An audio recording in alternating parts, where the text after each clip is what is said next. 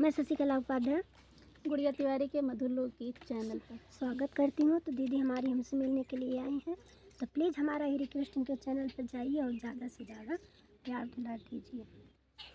चाट कलया जोरिया चोरवा लूटे मोर गहनवा, चाट कलया जोरिया चोरवा लूटे मोर गहनवा, लूटे मोर गहनवा हो लूटे मोर गहनवा, चाट कलया जोरिया चोरवा लूटे मोर गहनवा।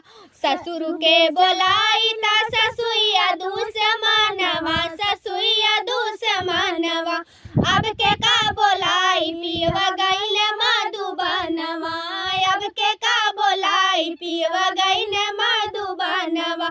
चाट कलया जोरिया चोरवा लूटे मोर गहनवा, चाट कलया जोरिया चोरवा लूटे मोर गहनवा।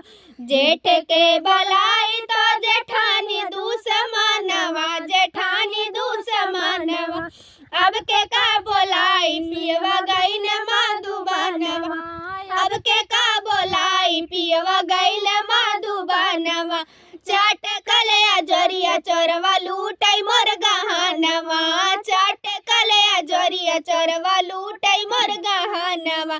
देवर के बोलाई तो ननदिया दुश्मनवा, ननदिया दुश्मनवा, अब के का बोलाई पियवा गईल मधुबनवा, अब के का बोलाई पियवा गईल मधुबनवा।